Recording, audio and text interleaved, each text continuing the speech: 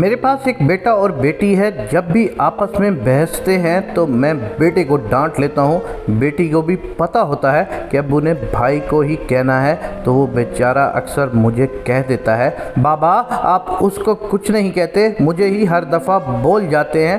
تو میں اس کو کہتا ہوں، بیٹا بہن ہے تمہاری۔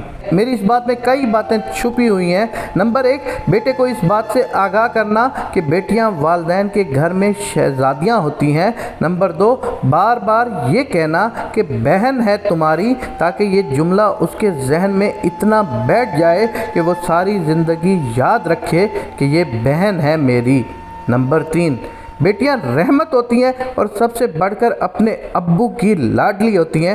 بیٹے کو کبھی کبھی تو بہت غصہ آتا ہے اور کبھی مسکرا کر سہ جاتا ہے۔ میں جب بھی کبھی کسی بات پہ بیٹی کو ذرا غصے سے کہوں کہ میں نے تمہارے کان کھینچنے ہیں، تو پاس سے بیٹا بول کر کہے گا، بابا جی آپ ایسا کر ہی نہیں سکتے تو کیوں کہتے ہیں؟ مجھے یاد آیا رسول اکرم صلی اللہ علیہ وآلہ وسلم کا وہ سیرت میں لکھا ہوا واقعہ کہ ایک دفعہ نبی کریم صلی اللہ علیہ وآلہ وسلم نے حضرت بلال کو بھیجا، جاؤ کچھ گھر میں پکا ہوا اپنی بہن رقیہ کے گھر دے آؤ۔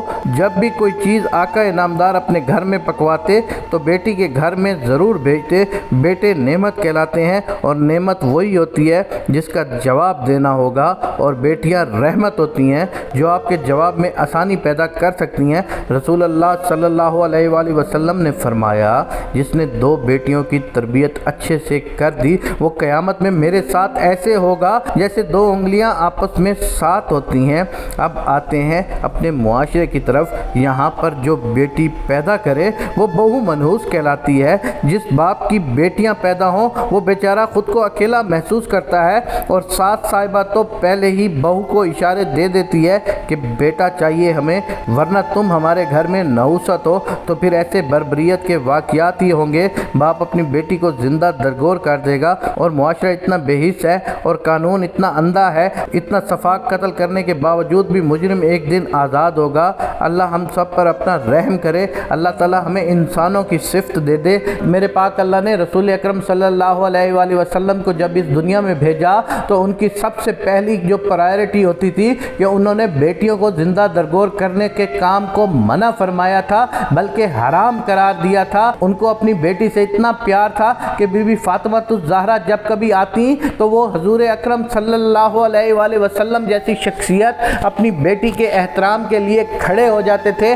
ہم نے اکثر اپنے معاشرے میں دیکھا ہے کہ ہمارے لوگ جب کسی کی بیٹی پیدا ہوتی ہے تو اس کو کہتے ہیں، اچھا اللہ تمہیں بیٹا بھی ضرور دے گا۔ ایسا مت کہیے گا، جب بھی بیٹی پیدا ہو تو بیٹے کی طرح خوشی منانی چاہیے، اسی طرح رحمت ہے کیونکہ وہ، اور اس گھر کو رحمت قرار دیا گیا ہے کہ جس میں پہلی اولاد بیٹی ہو، اس ماں کو خوش قسمت قرار دیا گیا ہے۔ میرے پاک اللہ تو تمام بیٹیوں بہنوں کے گھروں کے نصیب کو اچھا فرما، آمین یا رب العالمین۔